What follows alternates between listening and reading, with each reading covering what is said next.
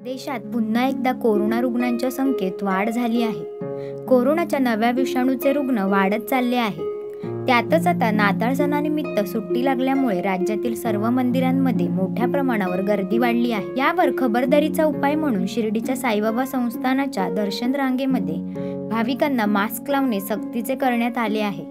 ज्या भाविकांकडे मास्क नसेल त्यांना मंदिरात प्रवेश देण्यात येणार नाही, अशा सूचना पालकमंत्री राधाकृष्ण विखे पाटील यांनी शिर्डीतील साई संस्थानाला दिल्या आहेत. या आदेशाची अंमलबजावणी बुधवारपासून केली जाणार आहे.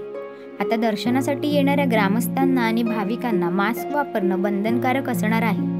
देशात JN.1 या नव्या विषाणूचे रुग्ण वाढल्यामुळे सगळीकडे चिंता व्यक्त केली जात आहे. या विषाणूचा केरळ, कर्नाटक, तमिळनाडू, महाराष्ट्र व गोवा या राज्यांमध्ये प्रादुर्भाव झाला आहे. त्यामुळे खबरदारीचे उपाय करण्यात येत आहेत. केरळमध्ये परदेशातून प्रवास करणाऱ्या लोकांची संख्या जास्त असल्यामुळे प्रादुर्भाव वाढण्याची शक्यता आहे. 22 जानेवारी 2024 ला अयोध्येत राम मंदिराच्या लोकार्पण सोहळ्यासाठी लाखो लोक येण्याची शक्यता आहे. त्यामुळे आरोग्य यंत्रणेला सतर्कतेच्या सूचना देण्यात आल्या आहेत.